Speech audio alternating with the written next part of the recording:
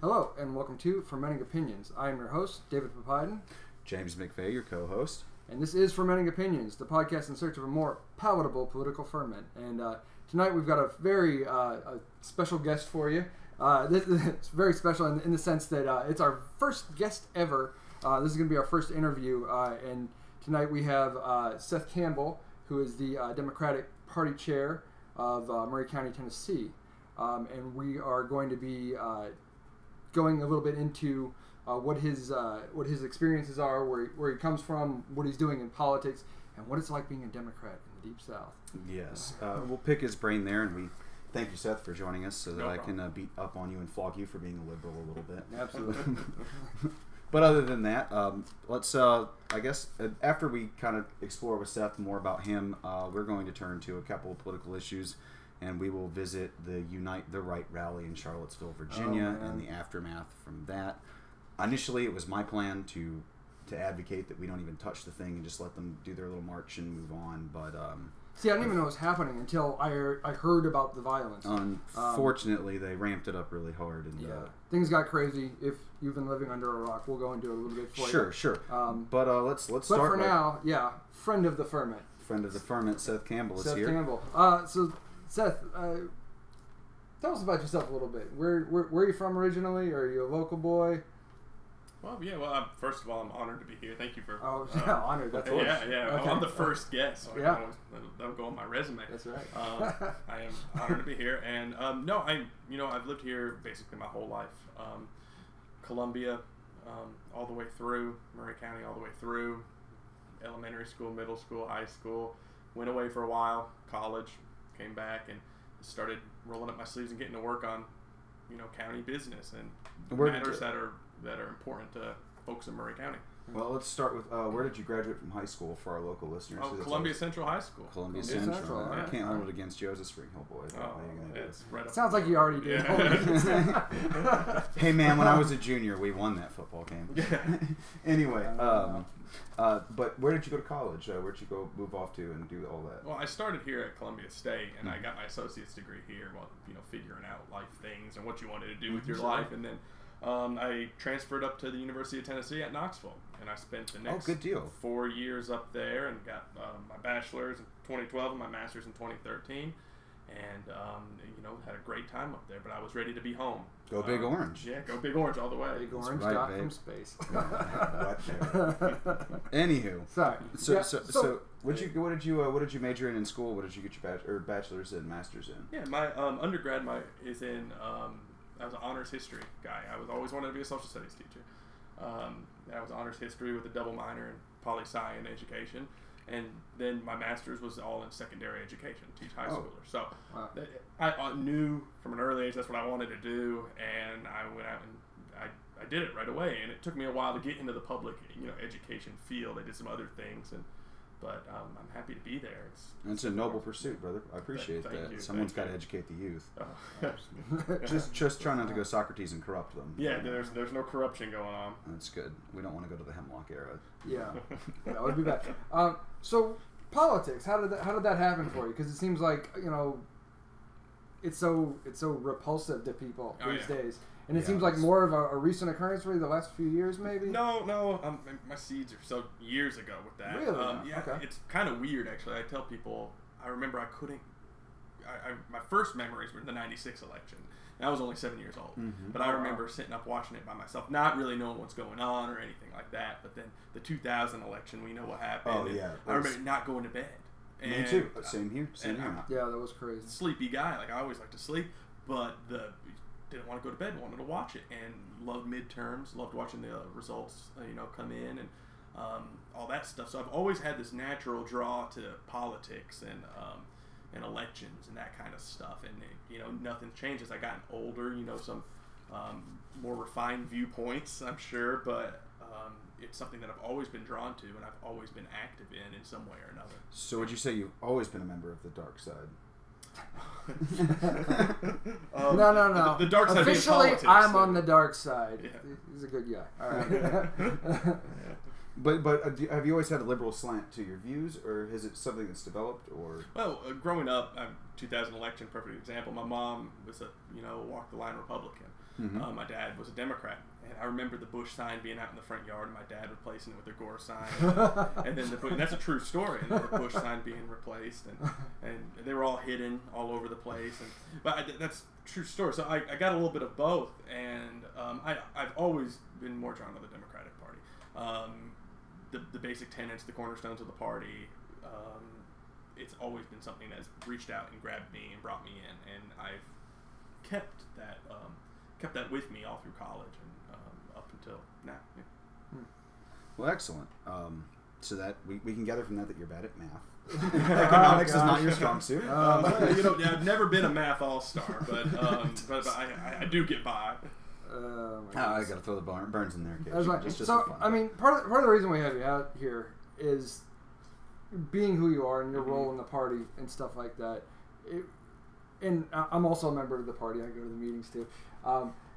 And every time I go, I think, boy, do we have our work cut out for us. Absolutely. What are we supposed to do in this Republican-controlled state when we have Republican senators, Republican reps, state and federal level? It's all the way down to dog catcher. Well, I was going to say, yes, especially in Maury County specifically. I mean, not to rub it in, but I think the last election results, you guys got taken to task pretty hard. I mean, I think the Republican numbers were pretty high. Barely showed up. I mean, that's really part of the problem is that we barely showed up. We didn't have our act together. And I'm not pointing fingers at anybody, but we didn't have our act together. That is a problem for Democrats across the board. It's always a fight to get them to show up. But Republicans always seem to come out of the woodwork when it's time.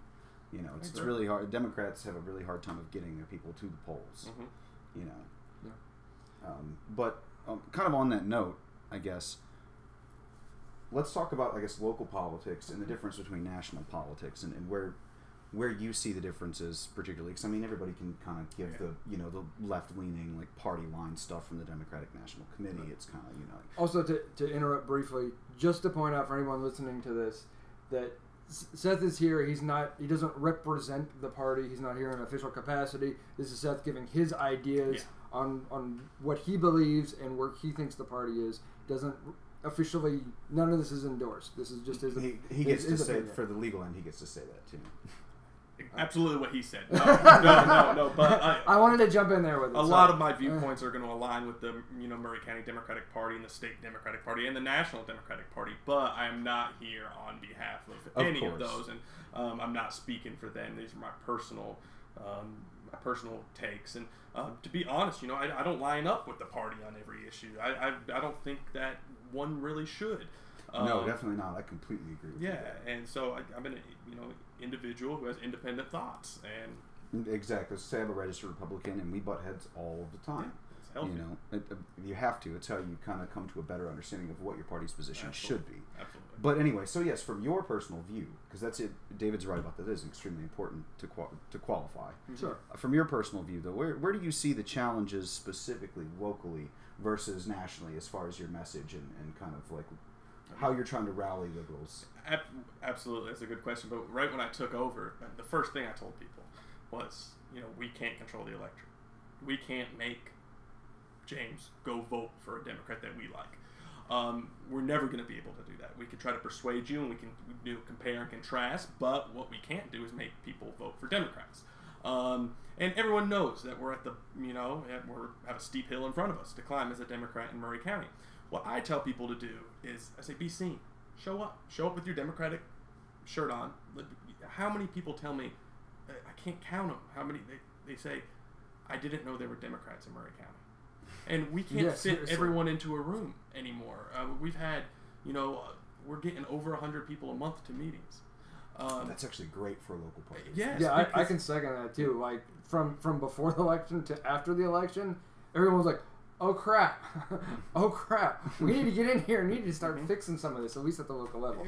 Sorry, excellent. I mean, that's what we need. Yeah. What I tell people is just have an impact on Maury County. I'm not asking them to go toe national party lines. I'm not asking them to take the Tennessee Democratic Party lines and go knock on doors. I'm asking them to show up, get involved, and try to make Maury County the best place that it can be.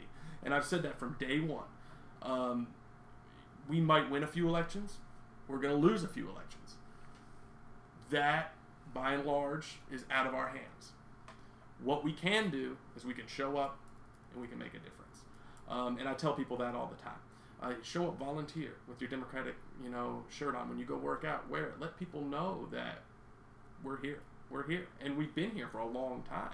Our numbers dwindled for years, for the last decade and a half, but now we're on the upswing, and we just need to keep showing up and making, a difference in Maury County and making it a better place.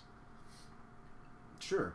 And I guess another question I'd have for you is that, kind of for you personally, what are some issues that you feel strongly about or passionately about that you would kind of like to see influenced or to have an effect on if you can get representatives from around here, like say our 64th district, if you can get a liberal in or a Democrat in, what are the issues you'd like to see pushed from our side? Oh yeah. One of the biggest things that I saw that was a misstep by the Republican Party, who has the supermajority at the state level, is that the federal government came down and said, here is a truckload of cash to help out with medical care, to keep rural. The expansion? Yes, the expansion. Just tons of money. How many, I can't remember how much it was. Yeah, it was so much money. And it was going to keep rural hospitals open. It was going to go, help fund Medicaid. And it was a clear choice. I mean, and the federal government said either you use it or we're going to give it to Wisconsin. We're going to give it to New Jersey. I mean, so money was going to get used. And Governor Haslam, his credit, said we need to use this. I mean, this is money to keep rural hospitals open in West Tennessee. And we didn't take that money. We didn't just take that because money. It had the word Obamacare attached to it? Yeah, because there was a federal power coming down saying, here's some money. And we said no. The House, Tennessee State House, said no, we don't want that. And we pushed it back, and some other state got that money.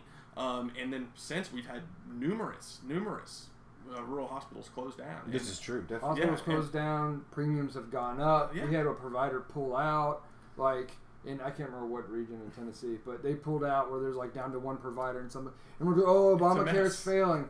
And this is a little bit of a hobby horse for me, is the Republicans made it fail so that they could say, look, Obamacare's failing, let's repeal it. Mm-hmm. But it didn't have to go that way. If it was properly funded the way it was intended, as I understand it, let's not get into a big debate about it. Sure. The money should have been taken and should have been put forth to help Tennessee. And my only question there, because I think it sounds completely reasonable, but this is something that I already knew we were going to reject no matter what. I saw it coming a mile away, is that no matter how reasonable you are about it, they're going to deny it because of the Obamacare thing. Because it's a political move. Had it been role reversal, and some Republican had come up with this great health care plan, the Democrats would have denied the money too if they had. It would have been fine, because the problem is, these people want to keep their jobs in the next election cycle. You took Obama's money. You took that dirty federal dollar. That was going to be that was my only question there. Do we know if there were any strings attached to taking the federal money? I think eventually it would have gone down to where the state would have had to pay 10% in match. I think. Okay, so there was some burden, I guess, that we were over time. Yeah, adding to our taxpayers, though, right? Well, I'm not trying to defeat the position. I'm just trying to see if there was any reasonable ground whatsoever to deny it. You're going to find hardline conservatives, especially here in Tennessee, that will not touch it if it comes to the tax burden. If you're watching this or listening to this and you disagree with me, let us know. Of course. FermentingOpinions.com. Fermenting Opinions on Facebook. No, but seriously. Yeah, right. Anyway, moving on. Sure. Do you have any other positions that you feel strongly about? I mean, the healthcare one is a great one, and I could ask all day about this. We could delve into the idea of where you want to see healthcare expand to. If you're interested in single payer, if you're interested in universal healthcare, or if you think we're kind of in the right position where the government plays ball and is somewhat involved, but does not control the markets. How do you feel, I guess, about that stance? And Medicare is, as Trump noted early in his presidency, is a complicated matter. It's going to be really difficult for one person to have all the answers to these difficult questions, or one political party to have answers to all these difficult questions. What seems evident to me as a Democrat in Maury County is that the only way we're going to have something that works, something that can pass through the House and the Senate and be signed by the president, and that's not Obamacare, is bipartisanship. That's the only way. That's the only way. We've seen the absolute mess in the past month. I just don't think we're ever going to see a supermajority of either party in federal Congress. No, that's with not the makeup of the electorate, I don't think that'll happen either. But we saw the Republicans, and I'm not bashing Republicans, but we saw them toil, not have the votes. Try this, not have the votes. Let's try that, not have the votes. Come within, a very dramatic one vote. And I think you're absolutely right to point a little bit of finger there and say, what the hell have you guys been doing? Mm-hmm. Like, I mean, the Republican Party spent damn near 8 years railing on, we're going to replace Obamacare, we're going to make it better, we've got the way to do it, we got to make it happen, let's repeal it, let's repeal it, let's repeal it. I'm right. And then it came do or die time, and we shit the bed, essentially. And I'll wear that hat. We shit the bed. Like, I mean, I personally was cool with just repeal it. I was fine with just repeal with the mandate of fixing it in a few years. I mean, I was cool with the straight repeal vote, but that's just me. But right, because you're a bit. Well, yeah, okay, but straight repeal was fine. But like, yeah, there's too many ideological differences within the Republican Party. No, I mean, if it's so toxic and so bad, why can't we just repeal it? Why couldn't we get the Republicans to because actually the people didn't want it repealed. Yeah. The fear of flooding the market with 20 million extra people is a scary thought. But I believe there has to be a solution to where the Republicans control the majority. They could have come up with a plan. I mean, it couldn't have been that hard to come up with a plan to woo conservative Democrats over and pass it. I don't think it would have been either. I think you probably could have talked them into it just with the repeal. And I was even in a position of being accepting when this thing. Okay, they've got the House, they've got the Senate. Well, let's see what they got. Obamacare is done. Let's see what they got. Yeah, I understand. Obamacare has a lot of warts. Okay, it's fine. This is your chance to show us and do something better. The answer, and they cocked it up. Yeah, they cocked it up bad. I mean, I'll go out and just say it. We cocked it up bad, guys. Like, we really screwed the pooch. It happens to the controlling party in Congress all the time. Every decade, the controlling party is going to mess something up. Well, look how hard it was to pass Obamacare. Yes. Yeah. Obamacare was hugely unpopular. unpopular. It was a midnight oil passing. Not one Republican voted for it. We forced it in. Just Americans just ate it. The only thing less popular than Democratic healthcare and tax plans are Republican healthcare and tax plans. They're the only things that poll lower, in the history of it's the weirdest part because that's what Republicans we've been running on it so hard. And you've repealed it unsuccessfully, but it passed through. But we fought over this. So that's how we pull votes. Yeah, all we got to do is scream about taxes and healthcare, and we pull votes.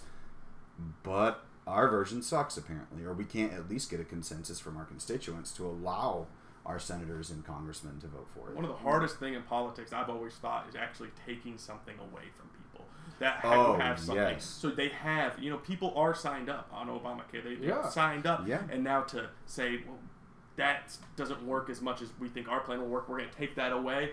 That has always been very difficult in politics to take stuff away from folks. That is a universal truth. You can't just give it and then take it away.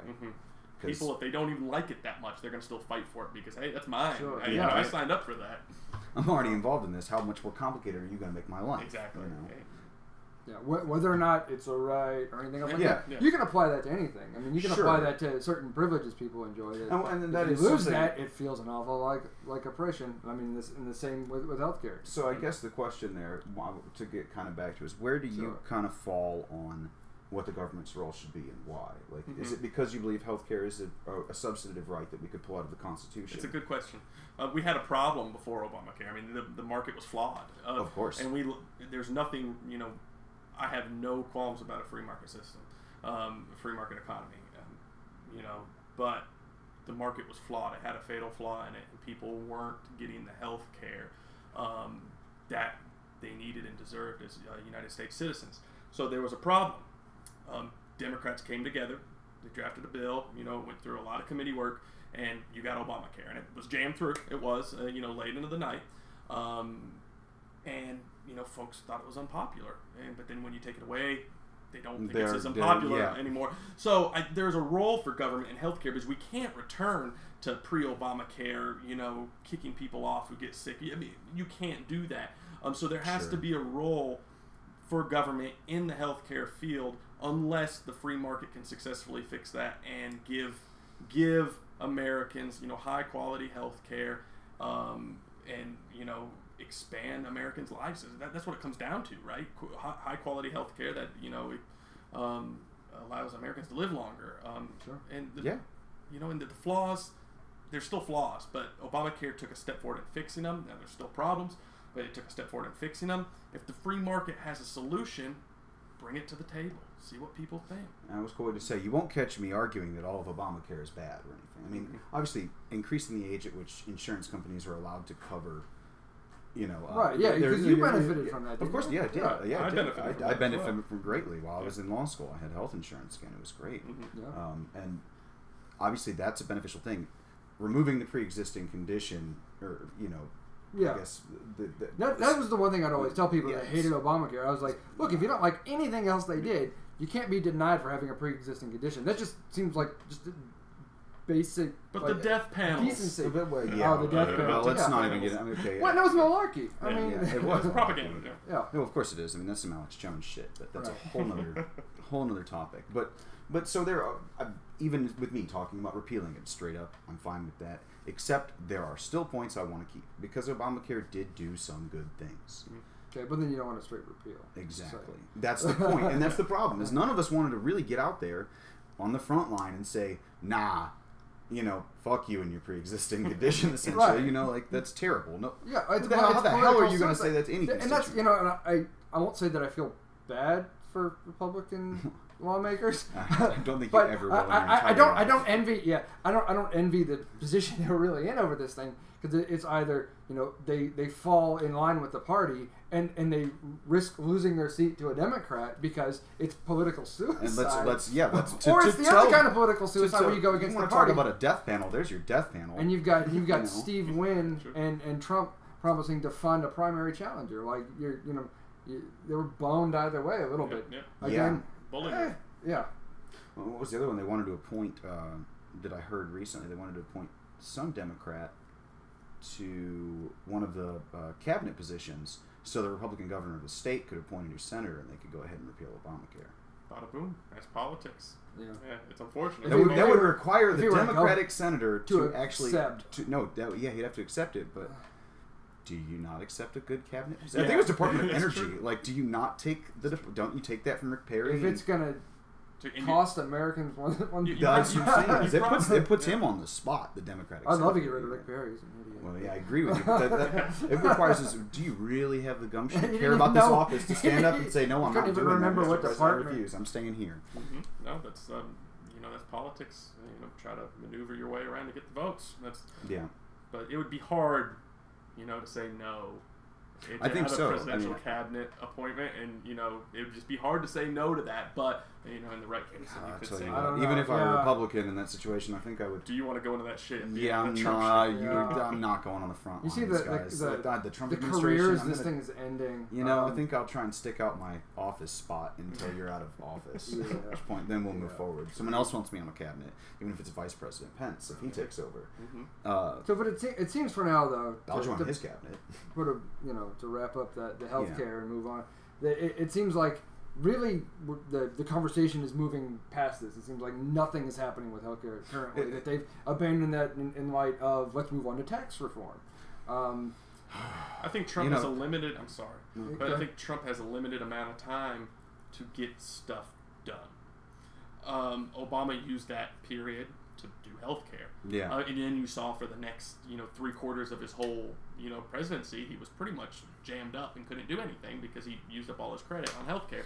And Trump is squiggling around right now, and he failed at healthcare, but he's going to have to figure out what that is. Well, he has majorities. I mean, he's going to lose it. I was going to say he's got a year, roughly. He's got a little more than a year to get that shit figured out because the midterm elections are coming. Yep. What does he want to do? And sooner or later, people do turn out to midterms to really vote against somebody they hate. Look at Barack Obama in the 2010 elections and the Tea Party surge. That will be the referendum. We did an episode where we talked about how the Democrats are so good at losing, but that we were falling flat because of the special elections. Remember, I think I talked to you about this at a party meeting. Yeah, I think it was also in Georgia. Yeah. I think it was, and the fact that we're like, come on, we really need to win. We really need to win. You know, I'm ready for a win. And I am too. But realistically, that was a seat that was held by Republicans, held by the right, for like decades. Oh yeah, there's no doubt that are we losing races right now? Yes, but did we run competitively in Kansas, Montana, Georgia? Absolutely. We're batting above our average right now. Right. For those districts, we've improved 15 plus points from just November, which is insane. It's a statistical anomaly, really, and we're getting there. But we can't expect to win every House district or Senate race in these traditionally conservative states. Special elections too, and that's the point I wanted to make. Something that, upon reflection of that episode, thinking how bad we did. It was a little bit of a knee-jerk reaction. Still going to republish it, guys, so you can listen to us badmouth it, because we also talked a lot about the Philando Castile case. Yes, and that was a good conversation. That was a good conversation. But with regards to the special elections, I was feeling very dejected about it, thinking, easy to do. Look what happened in 2009 is all the people Obama appointed to his cabinet, right, were all these special elections. Guess who won all of them? Democrats, because he appointed them from places that were safe. Exactly. These are strongholds.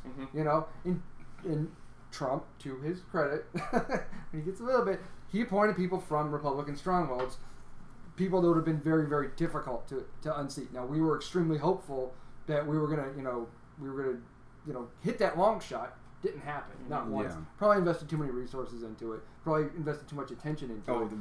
And it was being treated as a referendum on Trump that he passed or something like that. That he's doing great. Well, that's how Trump treated it, But wait till next year. Yeah, we'll see what happens. But if they keep batting above, their average in these traditionally Republican, districts, and they're going to win some races that they shouldn't win. But we'll see what happens. Yeah, definitely. I would agree with that entirely. I will say, though, even though we did knee-jerk reaction, Democrats spent way too much goddamn money. We really did. In Georgia? The Georgia race? Absolutely. And it was funny because there was another one in one of the Carolinas, I think. There was a guy, South Carolina. The guy actually came closer with like less than a tenth of the budget or something. Absolutely. Who was in Arizona or Nevada that body slammed that reporter? Montana. Yeah. Body slammed a reporter.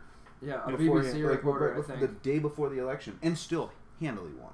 Yeah, well, not handily. I mean, it was close. I think it was 8 points. Yeah, which that's guys. A lot of realistically, that's a handily one. But it's handily one, but not historically. I think that's the point we're trying to make. When Hillary lost Montana by 23. That's a blowout. And then you come back a couple months later and your Senate candidate House loses by 8. That's all right. But I think another thing is picking the right candidates to run in these districts. Yes, and we had Bernie Sanders stumping in Montana for that House candidate. I'm not sure Bernie Sanders' progressive message resonates in Montana. You think? Yeah, maybe. That's a polite way of putting it. There's a conservative Democrat that's a senator in Montana right now. You have to run the right people. You have to know the field you're playing on. Well, your problem, and I will say this about the Democratic Party in general, I'd love to hear your thoughts on it, but you guys don't have shit for conservative Democrats these days. They all got voted out after Obamacare. Yep. No, they're gone. Yeah. I mean, you guys, the party is the only thing driving it right now seems to be a liberal progressive movement that most conservatives just can't stand. Yeah. I mean, I can tolerate it. That's fine. I lived in a very liberal city, went to a liberal school. I got used to it. Yeah. But became calloused. Yeah. Well, when I was younger, I was liberal too, but actually seeing it so much drove me away from it. Like it's too illogical in its own logic sometimes. Like the progressive message sometimes gets lost in its own idea of accepting this idea that it's correct. This is right because this is what we feel and it makes us feel good about it. But we don't actually stop and think about the message that's being pushed. I think the liberal... And it snowballs into a way where it's picking up too much and bringing too much into this, I guess normally these people would call it politically correct sphere or something like that. But as you draw more and more of this fringe stuff into it, people aren't thinking about the message they're spewing, and they're just jumping on board with it because it pushes the overall agenda of inclusiveness or something like that. Yeah, in the liberal progressive wing of the Democratic Party, I mean, I hate to say it, but they've lost a lot of the PR war, is a way to put it. They're not viewed by your independents very kindly, and the independents decide elections. the Democratic Party welcomes all sorts of Democrats, Of course. from the conservative blue dogs to the progressive liberals, and the way that the party will make gains is everyone working together on common goals. Speaking for myself, I think that conservative Democrats have a place in the party, a prominent place in that. If they want to get to where they were 20 years ago, you have got to invest in conservative Democrats who liberal progressives might not view eye to eye on everything with, but you have to get behind them. And another thing about the liberal progressives, and I was talking to a friend about this yesterday, there hasn't been many victories. No, there hasn't. There's been a loud movement. Yeah. But I mean, this is like the alt-right, and their push, in their way too, is they're a very small minority, but they are loud, and their presence is seen. It's the same with liberal their presence progressives. is seen, and they're effective rhetorically. It's like you said, to touch on liberal progressives losing the PR war. It comes down to, and not to bring everything back to internet battles, but the way terminology is characterized. That progressive has been co-opted, feminist has been co-opted. Yes. All of these terms. Social justice warrior. When you think of that term, it's only pejorative. Yeah, exactly. Liberal. It means the same thing to me as does the civil same rights thing, yeah. advocate, right? But it's social justice warrior now. It's been co-opted. On the left, especially the younger left that's pushing more progressive liberal, they do the same thing with conservative ideas. The word conservative equates to bigot or racist. I mean, you say he's a Republican, they all immediately go, "You hate gay people." It's like, oh no, baby, no. There's more to me than that. Right. Those of us who are actually Republican, we really value liberty. No, we don't hate gay people. You can do your thing. Yeah, and that takes some time to get away from. It took some time for me to get away from it. Because exactly. I came into politics as an atheist, which made me de facto a liberal, right? And I know that's identity politics, but it made me de facto a liberal. Because on the other side was the religious right. They are not very who hates atheists, who hates gay people, who hates Muslims, and my conservative compatriots, they push me away even still when I bring up the fact that I'm an atheist. I still get pushed back. And like, well, you're really just a secret liberal. And I'm like, no, I just don't believe in God. But a little secret for you, it's actually on both sides. Yeah, that's right. There are conservative but we're not going to get too deep atheists, into that. Yeah, absolutely. We exist. But I tell people all the time, we have a big tent. Just because we differ on religion or we differ on economic policy or same-sex marriage. I mean, there's Democrats I know who would not have supported that and probably don't today. But we have a big tent, and we have to be able to understand our differences and move past them to the common. And I think the same thing is going to be suffered by the Republican Party going forward that you guys are suffering now. The Republican Party is going to have to open its doors. It's going to have to stop being so constricted. And I was saying that because before the Democrats election. will ride us out if you guys get the conservatives, actual moderate conservative Democrats back. The Republicans have nowhere to run. We'd be where we were 20 years ago. We continue to defend white nationalism. We continue to soft over this stuff. Deal. The softballing. We treat these people with kid gloves because they vote for us. Yeah, I think you're spot on. And that's deadly. That's deadly. I mean, that we cannot do that. But it just something that is kind of off the cuff. But liberal progressives, and part of losing that PR war, don't block highways. Yeah.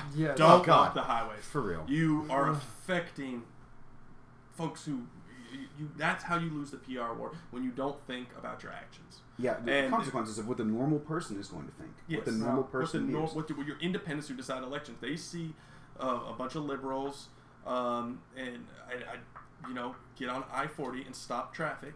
You will win no votes that way.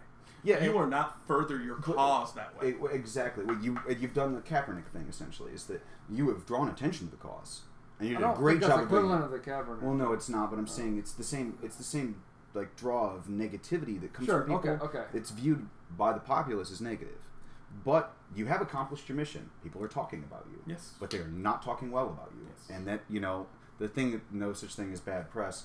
Yeah, when it's vote time, there is such a thing as bad press. I agree. I mean, there's ways to protest successfully and right ways to protest, but shutting down an interstate system to just block it, block it is not winning the field. Whoever it is that's doing it, when it's when you've decided your message is more important than what anybody else is doing at that time, you've taken people who would otherwise be supporters and you've completely repulsed alienated them entirely. So they're just like, yeah, I got stuck in that shit. Yes. And sometimes in my mind, when I think of social, what was the phrase you used, social justice warrior, and I hear that and I think of the folks standing out in the middle of the interstate stopping traffic, and that's a personal thing, and I'm just like, no, please stop doing that. Yeah, please stop. They identify you with us. Please stop. Yeah, please stop doing that.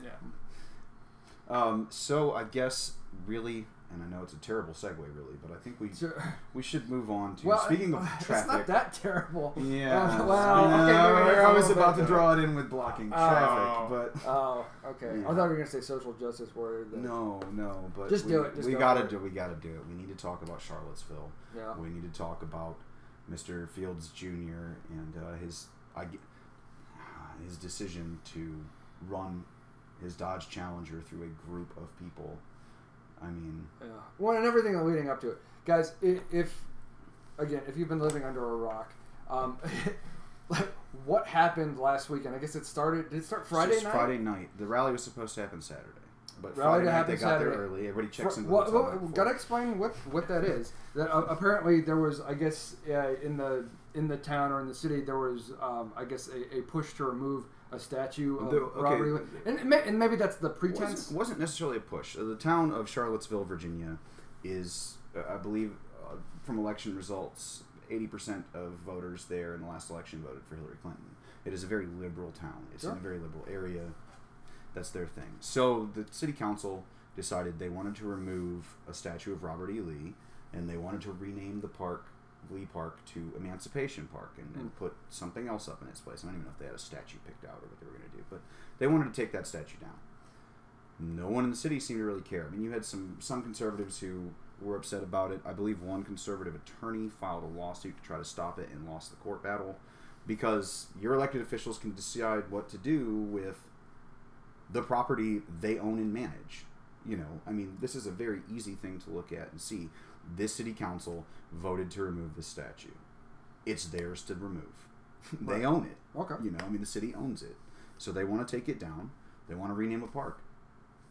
Guess what? They got the votes. This is how America works. We elect people to be representatives. Elections to have do consequences, things. right? Exactly. And it didn't seem to the town like it was that big of a deal. You had some people who were upset, but no one was trying to pull in rallies or cause a big It's funny that you mentioned this, because my dad lives in Northern Virginia. He's a lawyer as well. And also, there's so many just streets and schools and everything. Even in Northern Virginia, Arlington, Virginia, very super duper liberal. You still have Robert E. Lee Boulevard. There's all kinds of, and there's these ongoing sort of talks and pushes, essentially, to get these things renamed. Yeah. So to me, it doesn't seem all that unusual. In Maury County, how long would it take us to rename Negro Creek Road? You know what was called before that, right? No. Yeah. Anyway. Welcome to Maury County. Exactly. I mean, still, what was it? 2016, I think, is when we finally renamed it. Oh, jeez. Yeah. But these things happen, and we even accomplished that with a conservative majority. Sooner or later, the ball rolls and we catch up. Sure. But this is a liberal town. The point is, this is the way it's going. Yeah. So a bunch of white nationalists and fringe right-wing groups decided they would start rallies here, and they came up with this plan to have the Unite the Right rally, which brought in the KKK, all kinds of white nationalist groups, the alt-right, and Nazis. I've seen straight-up Nazi flags. Nazi flags were everywhere. Yeah. I mean, these people all banded together. Essentially, I think they only pulled in 500 or 600 people. But that's still a lot of people for a little park. Yeah. That's a fair amount of people. And this is over right by, I think, UVA. Is that correct? It is. Yeah. And so Friday night, they all dressed in like khakis and white polos, the Donald Trump uniform when he goes golfing. Was that on purpose? Does anybody know? I'm not sure. I'm not going to say that. But I mean, that's always been. But that's always been if you've ever kept up with the neo-Nazis and what they do. That's it's always been play. kind of That's their how they uniform. play. That's Yeah, what they do. It's always like white polos, khaki pants. They dress nicely. But so they all they dress It's like a nightmare. But anyway, cookie cutter. Don't bury me in something like that. Anyway, so they all went and got tiki torches. They fired up torches and they had their little rally and chant. Yeah, I heard And, Home Depot had Yeah. the alt-right discount. Tiki torches. That's where we're at in Tiki society. torches. It So looks more we're like going to- we're going to- Margaritaville. We're gonna my favorite is we're going to protest about Speaking white of nationalism and white cultural supremacy, appropriation. and we're going to culturally appropriate Polynesian things so that we can do so. You know, like, anywho, Good job, guys. You're right. Wow, we're not paying attention. You guys really, there are not enough survivalists of you that know how to make a fucking torch. I can make a torch. But anyway, so they do this, and they have these tiki torches, and they're chanting things like "White Lives Matter" and "You will not replace us." And what was it? Blood and soil. Blood and soil, which Blood was and a soil, Nazi. which is a Nazi. Yeah, it was a Nazi slogan or whatever.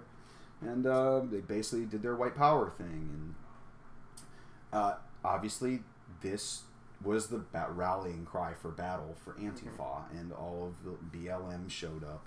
Everybody who was a liberal counter-protester within 500 miles seems like showed up to the city. So the liberal counter-protest And not just them. Hang on, I got to stop you just for a second. There was also a group of clergy.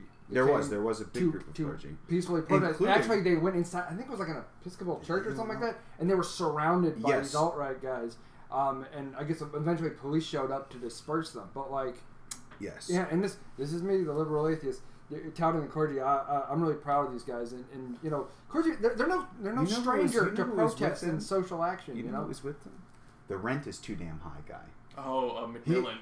He was there. He was there. I saw him in one of the pictures, like just standing on the sideline with all the clergy, and I was like, the rent is too damn high. I was like, good to see you again. Yeah. I'm glad you're out here. Glad you're out here. You're a nice, refreshing little voice in politics to remind us that even the cuckoos get a voice. You know, like, but in a more positive way, not the Nazi marching. Yeah. But I made that point about the clergy and all that because there were peaceful protests as well. Because a lot of this has been characterized as everyone's just as hateful as everyone else, and they're all there to fight. Some of the alt-right protests were peaceful.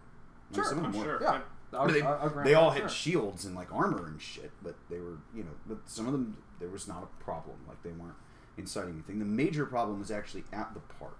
This is right before Fields did his thing with his car. That I still can't even believe that happened or we're talking about it. But anyway, the main thrust of them were gathering at the park, but the way the town and the police and the city had set it up was there was only one entrance into the park, one exit through the same route, and Antifa had lined that bad boy. They were throwing urine, feces, they were using paintball guns, they were using lighters and hairspray to flamethrow these people as they marched in. Actually. Yeah, and and they were pepper spraying everyone as well. Like, every one of the speakers was pepper sprayed on the way in. I mean, we're kind of pushing the bounds here. You're not just protesting, you are violently attacking people. And the problem is they all got into the park. And then when the police decided it was time to disperse the crowd, they made them leave through the same exit. This is where the violence started. This is people started fighting back as they're coming back and getting doused in piss again. Sooner or later, guess what? I'm going to hit one of you in the face with this shield. That's my response. I'm a rational human being. But when you are flamethrowing me with an aerosol can, I'm striking back at you. Yeah, And the logistics of the park, I mean, they tried to move it, and it got denied by a federal judge because they knew that the park wasn't set up for this. They knew it was going to be. If a lot of people came, it was going to be there might have been an issue. But certainly there was a way to have more than one entrance and exit. Yeah, and certainly there was a way to funnel these people out that didn't involve going by this Antifa hell point. But I just think it's important to note that there was an effort to move to a more spacious place because when you have that many people in such a cluster, something's bound to happen. And the ACLU came in on the side of the white nationalists and won that court case because it is a freedom of speech issue. As ugly as their speech is, and as much as I hate these cocksuckers, and I mean that with every syllable, I hate these people, but it is still their right to do it. And initially, I knew this whole thing was going down and heard about it, and I did not want to talk about it in this episode, but we have to.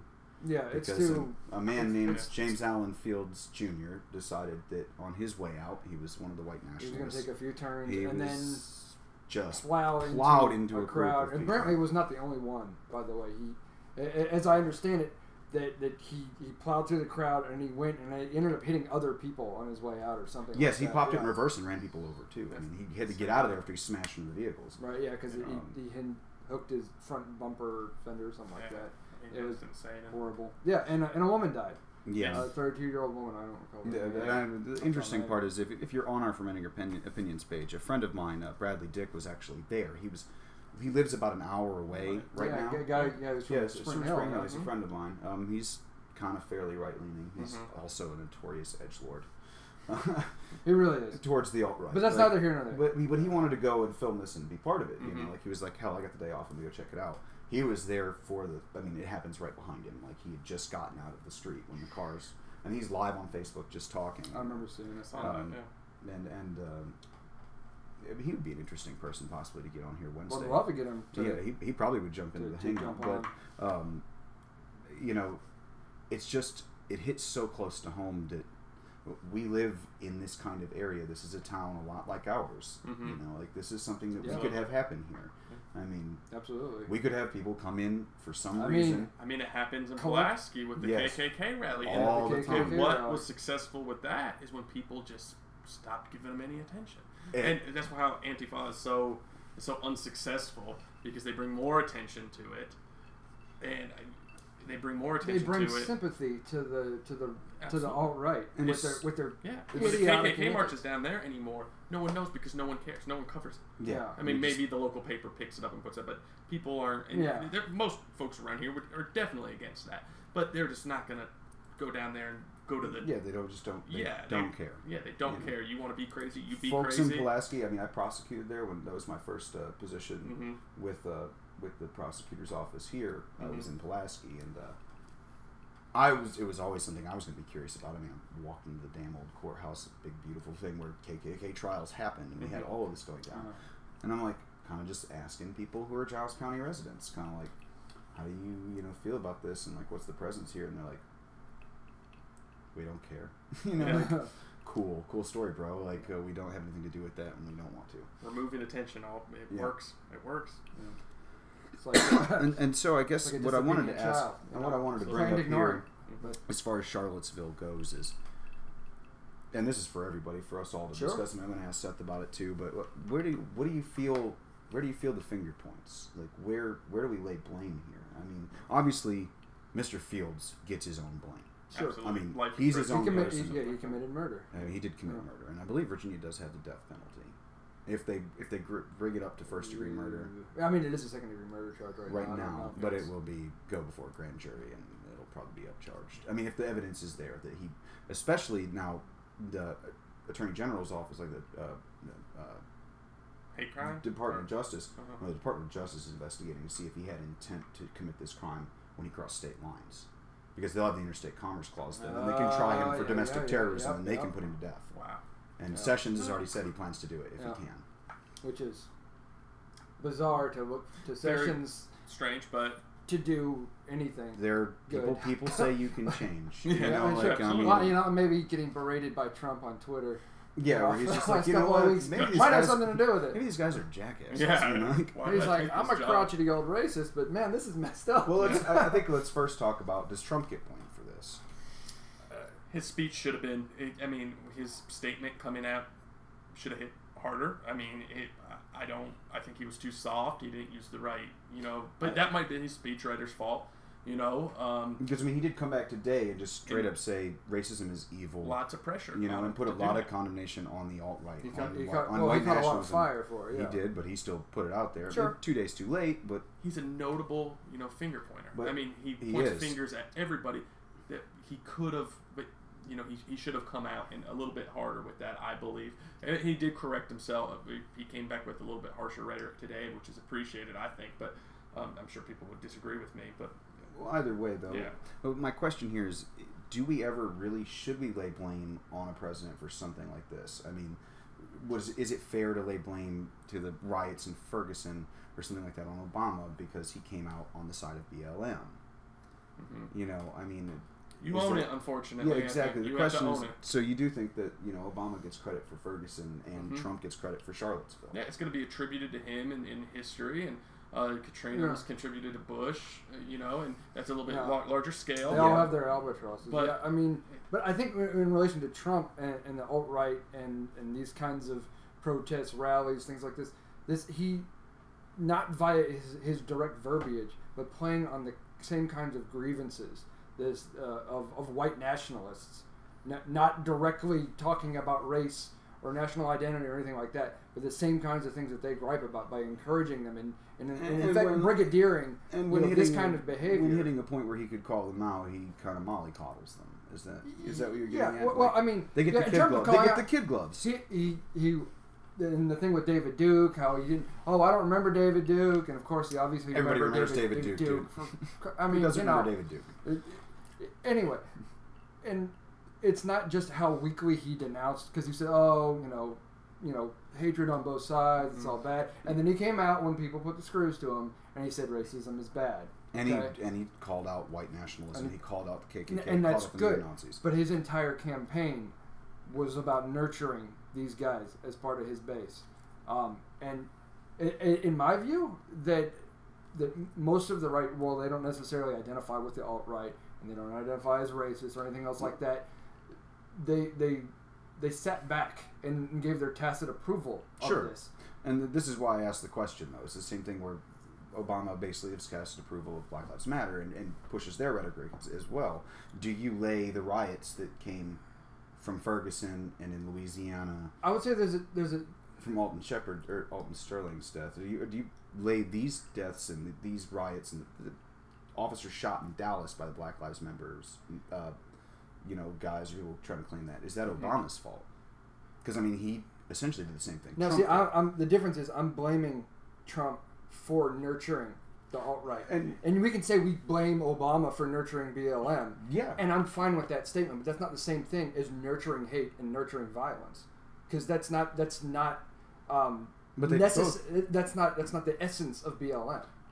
Okay? Sure. Certain people do violent awful things in the name of racial hatred and hatred of cops and all this other stuff. But that's not what BLM is at its core. Sure, and I completely agree with you there. I understand. I completely agree with you there. I'm just wondering, is because of these things, if you're going to attribute these, I mean, frankly, race-based movements that result in violence. I mean, I'm not trying to equate Black Lives Matter with white nationalism. For the love of God, please don't think I'm doing that. I mean, a lot of people have. They have, and that's why I'm asking the question: is are we going to assign this to presidents? Are we going to say the president's at fault? I mean, not. 100%, but is it a contributing factor? Certainly. Okay. It's never that it's clear. on his doorstep. I mean, it's part of his legacy now. Yeah. Just like the BLM and a lot of race tensions with Obama, that's part of his legacy. But this is with Trump now. And I think this is something entirely different too. I mean, I completely agree. Yeah. I get the main thrust of the idea of Black Lives Matter. Yes, Black lives do matter. Yes, you are calling out a very real problem. I get that. White nationalism, when you say white lives matter and white power, I'm like, you can go fuck yourself. Right? There's really no equivalency there at all. Exactly. But and in fairness' sake, this is why I'm asking is where we're going. And I understand you're the pushback guy. I get that so too, we're gonna point the fingers at presidents a little bit for this. Sure. Now let's talk about Charlottesville particularly. Who are we pointing fingers at there? Is this a matter of the ACLU stepping in and making sure this thing actually happened? Is this a matter of we're blaming the white nationalists for holding the rally in the first place? Are we blaming the counter-protesters who showed up and gave them the war they were looking for, or they appear to have been looking for? I mean, where do we want to kind of parse that out? Like, who's really at fault? In my opinion, I would say the alt-right, the white nationalists, because I don't want to call them alt-right, the white nationalists and Antifa are primarily to blame. They were the actors. A lot of them showed up there with weapons, with armor, with the idea that they were going to have a fight. Yes. If you acted violently and ugly, it lies with you. To a large extent. Again, there were other actors there. There were people there to peacefully protest on both sides. Yeah. Now, I will say I lay the blame more, to an extent, on the white nationalist side, because they're the ones who generated an issue out of nothing. But aren't they also just exercising a First Amendment right to peacefully assemble? None of you come with weapons. But also it's Virginia, and you have the right to go armed as long as you don't do so with the intent to commit crimes. But what's their intent? What is it? Intent to defend yourself because Antifa is going to show up, or is it something that they just thought they were going to march peacefully? I mean, there's the I question. don't know. It's there. hard to say. I mean, and do you want to march peacefully with a show of force? I blame white nationalists for existing. I mean, well, okay, and that's for fair. Being morally, sure. and rationally indefensible. But I mean, it's from a constitutional perspective. I mean, ACLU in terms of who we're going to legally blame, because that's a separate question. I mean, yeah, is that where you're kind of. going? But I mean, you have to look at it. It is funny when you and I do this so many times. I'm making like moral and philosophical arguments, and you're always making legal arguments. Yeah, I mean, you're a lawyer, but I mean, these people do have the right to do this. Is it correct or morally correct to be a white nationalist in the first place? Fuck no. Fuck you. That's how I feel about it. But cheers. I'm a drink cheers. Cheers. I mean that with the fullest amount of condemnation. If you are a white nationalist, you can go fuck yourself. Right, but legally, I would say. But yes, anyone legally, who participated in the violence is equally culpable. Of course, yes. Except for the guy who committed murder. That obviously the victims of being run over are not equally culpable in being run over as the guy driving the car. They didn't ask to get ran over. Right. You know, like they didn't even know it was coming, or they would have gone out of the way. Like some people did. Yeah. I mean, some people had time. But there's one guy pushed his fiancée out of the way and lost it. They just leg crushed doing it. You know, like.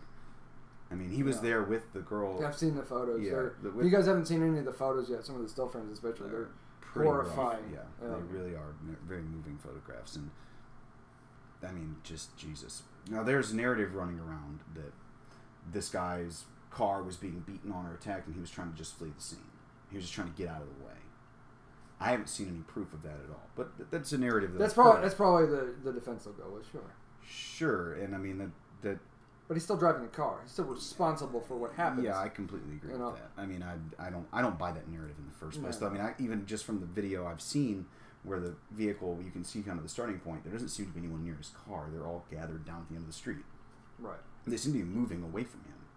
You know, like I don't understand why he would feel the need to run in the direction. It's my understanding is he turned a couple of corners first before he ended up finally. And there is a photograph of someone swinging something at the back of his car before any of this happened.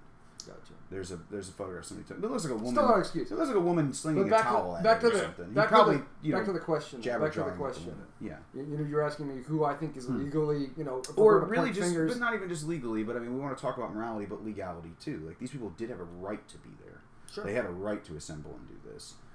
But I want to say, where do you point the fingers in causation?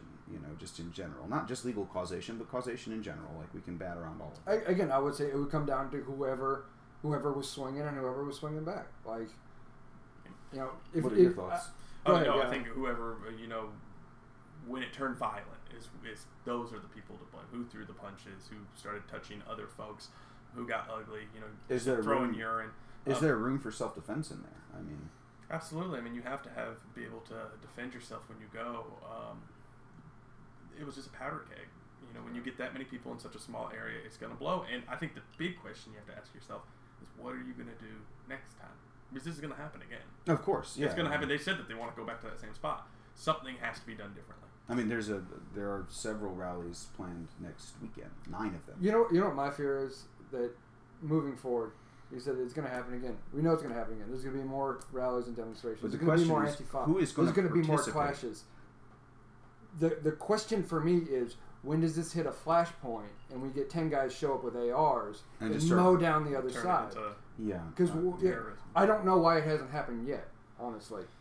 It's a grim way to look at it. But it's also a pragmatic way to look at it as well. Like, what would I'm personally, it is my hope that this is the death toll of the white nationalist movement, as popular as it's becoming. I'm hoping this is where the more moderate people who were involved in it look at it and say, survived for decades. It has, but it's ebbed and flowed. Sometimes it's drawn back, sometimes it's more pronounced. After Timothy McVeigh in the Oklahoma City bombing, the Patriot movement ate shit. It was over.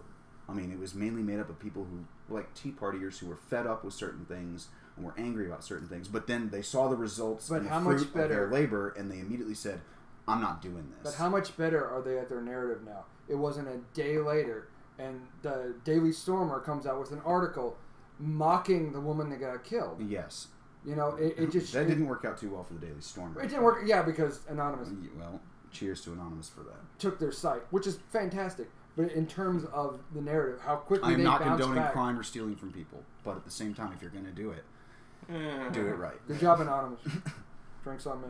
There's a lot of them. The fact, in normal circumstances, if the site hadn't been hacked, someone else is going to come out with some other publication on some other site. They are, and I'm sure whatever that article was it exists somewhere still. What is the popularity of their message and the alt-right and I'm saying they're resilient to these kinds of setbacks. Of course they are. But we want to see setbacks, don't we? I mean, I don't want to see this be a powder cake that makes it grow. But I don't think this was a setback. I think this woman getting killed is not going to be a setback for them. You don't think so? No, not at all. I hope you're wrong. I hope you're wrong, too. I think it's going to draw anybody who's even slightly moderate that's involved in it, has some form of consciousness or rationality, is going to say, shit, y'all are taking it too far. But we're already all here, though, of saying the alt-right is nasty, they're a bunch of...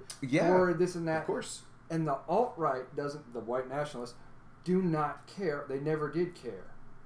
I don't think there's any baseline of moral decency or compassion here. I think you're using like identity politics to put them in their own corner. I think there are going to be members of this movement that are going to look at this disillusioned. That are already disillusioned. They're white nationalists, but I mean, I think there's still going to be people who have a rationality and that are going to say, the rhetoric is nice and fiery, but you just killed people. Like, I don't want to be a part of this. I'm not going to these events. Like, I don't want to be a part of murder. I don't know. You think they're all murderers? Or they all condone murder? Yeah. I think a lot of them are there because they're willing to see this happen. I don't want to parse out the idea of what it means to create white purity by starting your own white nation. But I will say that the tenets don't say we have to eliminate the other races. It says we have to keep them out and do our own thing. That doesn't condone murder or genocide. It's just a stupid, fucked up worldview. But I mean, the worldview isn't genocide. At least, if that was true, how could they come out with an article just shaming this woman that had been killed? Because that is the basis of their reality. These people were born on B-board and 4chan. Right? No, I know. If you've never been to the B-board and 4chan, it is a dark place. No, I understand. It was a dark place. I know what it is. I've seen glimpses. We'll say I've taken glimpses into the abyss. All right. But if these are the people you're hoping are going to be disillusioned by murder, I think some of them will. They don't care about murder. These are pasty white internet trolls. Of course. And what I'm saying is that they may talk a big game, and they all may be edgelords, and they may all think they're fucking brilliant, and they love to argue. And they will continue to talk about this murder like all the other dark, horrible things they talk about, being little edgelords and shitlords and all the other things that they are. On the internet, these are sorry. But my point here is that it's not going to change them. Is what I'm saying. Call me an optimist, but I think that some of these people are going to say I'm not okay with murder. I don't like what happened. I don't like what happened. Went to the rally, I don't want to go to another one of these things. There's got to be a chunk of them. Some of them are going to say I didn't like having piss thrown on me, being pepper sprayed in the face either. I think I'm just going to sit this out, guys. I'm too old for this. Yeah, I'm hoping that is the case. I'm hoping that they're like, this shit is getting out of hand. Yeah. I'm going to sit behind my keyboard. I admire both of your optimism. I really, that's all I can say, and I can just hope I'm wrong. I don't know. It is I've glimpsed long enough into the abyss, I guess. Yeah, well, me too. It's staring back. And he looks like Pepe the Frog. there's a meme I just never understood, but okay. It's again the PR wars. Pepe the Frog started out as like Pepe, like whenever I hear someone say Pepe the Frog, I imagine Richard Spencer right before he gets knocked the fuck out in that one video. I know, and wasn't happy every time. Beautiful moment, but again, not condoning violence. It was a thing that was co-opted. It was essentially hijacked and repurposed, and it was just the same way. There's one of the little gifs. There was like a headbanging pony or something like that. Oh, the bird. The bird, that's what it was. God. And they just decided the thrash bird, that's what it is. They just decided that was going to be an alt-right thing. We're going to post it, and it's going to incite rage. And it did. And it worked perfectly. Very successful. You know why? Because they decided it. Because they like doing that. That's what gets them off. It's not that they're actually truly white nationalists. It's they like pissing people off, and they can control people. But it's a troll thing. I mean, they're trolls, but they're also white nationalists. Some of them. I think you have a big wing of this of people who are just to side with this shit just to do it, just to get a reaction. There is, I'm sure, and I think that you will. But none of those guys that showed up in Charlottesville. I think you're going to see a little bit of pushback from them that are going to be like, nah, not cool with murder. Because I know several of these edgelords, and I'll tell you the strangest phenomenon. It's anecdotal, but you're going to write down some addresses. But it's anecdotal evidence, but it's still the same thing. The edgelords I know were the voices of reason when this happened. They were the ones shutting down everybody's like, oh, he was probably just trying to run away, and this has to be Antifa. And they're like, no, you stupid shits. This psycho killed somebody. Okay. I'll tell you what. You find one of these people who's willing to come on and talk to us, I want to hear that perspective. Wednesday's going to be interesting. Wednesday could be very interesting. Excellent. So, speaking of that, I think we've beaten Charlottesville enough for now. How do you feel about it? Is there anything else we want to talk about as far as that? I'm good. Anything else? Oh, to bring it back to local politics. Okay. One last thing we wanted to get into before we got off on this whole thing. Sure. Yeah. You started, and I know precious little about it myself, so I get to ask you with sort of fresh eyes on it. That you were part of an initiative called Keep Maury Independent. Yes. Yes. Explain what that is, please. Yeah, well, historically, Maury County has had, the county politics in Maury County have been nonpartisan. It's been that way.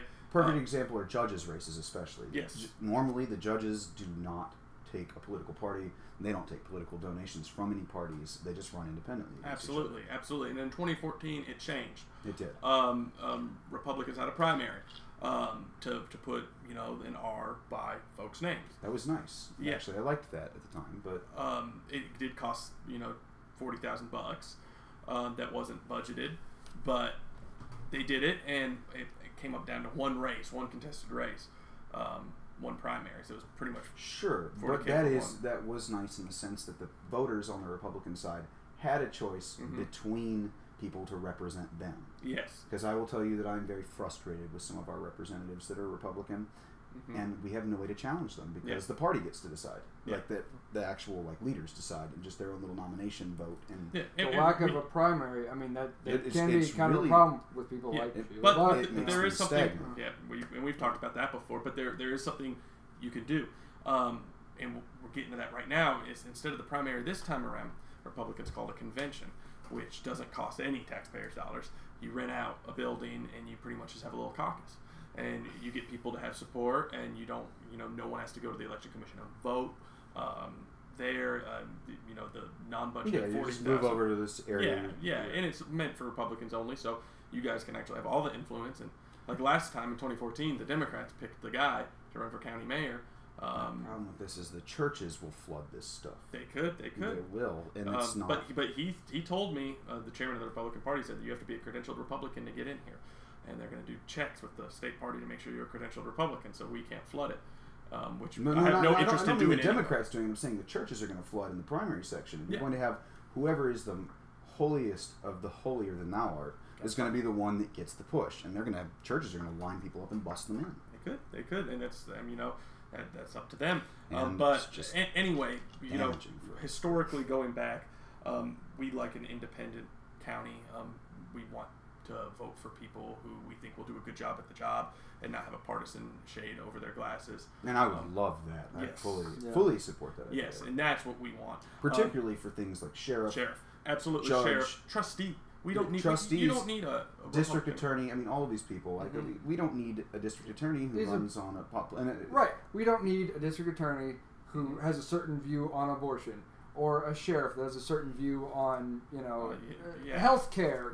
Like, is it a right? God in public schools. We don't need we don't need to care about what these people care about these things. We just need them to do their job. They know how to do the job because they're local interests. I get how much experience do they have? What are they bringing to the table for the job? So in like an odd turn of events, as the leader of the Democratic Party, I'm like, no, don't. We're so partisan polarized already as a nation. Why are we taking something that's been pure and been decent and injecting partisan politics in it? And the Republicans would say, some, not all, the leadership has been saying, well, we need to know where people stand.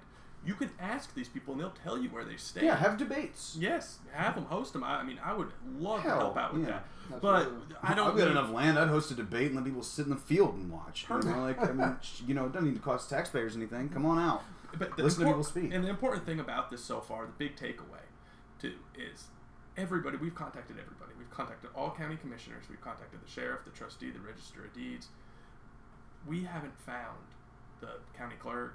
We haven't found any of them who are going to put a letter by their name, who haven't already had a letter by their name. They want to remain independent. And these guys, I think it's worth noting too. I know these guys are Republicans. You know, a lot of them are Republicans, but they know what's best for Maury County. We're a fairly small town, and if you're active, you know these people, and if you've been to any function with them and talked pretty politics good friends for a with second. a commissioner that I know he leads pretty hard right, but he runs as an independent. And he told us when we asked him, he said, I wouldn't say hard right, but he's on the right. He said, no, we don't need that. We don't need that at all. I'm not going to do that. I'm not going to go to that convention and put that R by my name because I have this district, and there's a lot of people in this district, and I want to represent all of them. You know, I don't need a letter by my name. And another fact is, you know, if you start getting into partisan politics, then they're going to be eligible to receive PAC money from big, you know, Republican donors from New York and New Jersey and Florida, and you can flood in money. We don't need more money in politics. If I could make one in there, I helped campaign for Brent Cooper, who was my former boss, against Chaz Mulder, who ran independent, because it would have been very disadvantageous for him to put a D next to his name in this county. Absolutely. But as much as I love Chaz is a great man. I really like him. I think he's a knowledgeable and good lawyer. His experience in criminal law was nothing compared to Brent's. I mean, Brent had been prosecuting for the past 14 years. He was a damn good prosecutor. He still is. I think he's a great DA. But because of the challenge, he took the R. Yes. And he took the money, and he still barely won that election. He did. He lost Maury County. And it's because of the R, but also because Chaz is very well known, because Chaz's family, and his in-laws especially, are big players in the state Democratic Party. And I mean, he's very well known to the people of Maury County. Absolutely. He pushed that, but the 3 rural counties saw the R and carried it for Brent. And you know, so I think that there's an up and down there, because honestly, if I'm just taking the 2 candidates, and this is how I decided who I was going to help push, because I had just moved home, I didn't know Brent, and I didn't know Seth, or I didn't know Chaz. Yeah, you're Seth, but I didn't know Chaz, I didn't know Brent. All I did was look at who they are, what they're pushing, and like what their experience was, and the clear person to me was Brent. I'm like, I will take the guy who's been doing this, who's been in the trenches. So you voted for the guy that you, despite the labels. Exactly, but most people aren't. But had it not been for Brent taking that Republican nomination, he probably would have lost that election. No, and to a guy who's, in my opinion, just not qualified to hold the office. And there's people who, you know, I talked to another commissioner who ran with an R by his name last time, and he said, no one knew me, and he said it allowed me to win. He said it was a mistake because it's bad for the county, but he said, did I win because of it? Probably. Would I do it again? No. And I don't know. I think Brent will have enough recognition, because I think it's an 8-year office. So I think 2022 is what I've heard. 2014 to 2020, it'd be an 8-year office. Yeah, that's what I've heard. It is an 8-year term, and I think in those 8 years he'll get more than enough recognition to carry him where he won't need a Republican endorsement. Yeah, because you don't want your DA acting like a partisan politician. But that said, I mean, I know Brent well, and Brent is a pretty straight down the line Republican. You know, like, I mean, he obviously is not just being a wolf in sheep's clothing. He is a real Republican. He took the R, you know, and I give him credit for it in that sense. But I understand strategically why he did it. Yeah. And had he come to me and asked me that question, I would have said, yeah, take it. You know, that is the route to go. You know, you need the name recognition. You need that R there. And you need to win this election. Yeah. I mean, because I really don't want to see Maury County and Giles and Wayne and Lawrence ran by a guy who's only had a couple criminal trials his entire career. And, you know, it could personally benefit folks from taking a letter. There's districts in Columbia where taking a D would help you. That's true. But we encourage both of those guys not to do it because we don't think it's the best thing for the county. I would agree. I just think in the long run, the county is best served with independent individuals who, even if you vote a certain way all the time, you know, when you look at I don't want you to be influenced by PAC money coming out of Florida when you're looking at whether you should build a new central high school. I completely agree. You know, it could get hairy. Now, but that leads me to a question for you specifically on this. Isn't that kind of convenient, since the R next to the name pretty much guarantees a win in this red area right now? Isn't that kind of convenient for your Democratic Party if you were to keep it independent? Well, if we didn't, we could pick up seats, and you know, I think we'd have D representation on the county commission. Convenient, I guess you could say that, but at the end of the day, the goal is to keep, you know, just like what I tell the Democrats, you know, I tell them, I'm like, guys, just make Maury County better. Go register people to vote. I don't care who they are. Register them to vote. If they're from around here, they're not registered to vote. Just show up. Make the county better. Volunteer. be proud of who you are and who you vote for, and let people know you're here. Make Maury County better, and I think the way to do that coincidentally aligns. It does. There'll be less Republicans in office, but it's not because of that. They're still there. We know Republicans, but we think having that I by their name, the independent, is the right thing to do. It does take the identity politics out of it, and I completely Which are agree gross. with you. And I think it is. Most people think they're gross. Identity politics is gross, and even though people totally engage in it, I think they all take hot showers in the evening. Afterwards. Sure. I think nobody really looks at themselves and goes, "Well, I'm through and through Republican, and that's all I'll ever be." That's all I ever think. And someone just tell me what to believe. That is the most un-American horse shit I've ever heard in my life. Absolutely, yeah.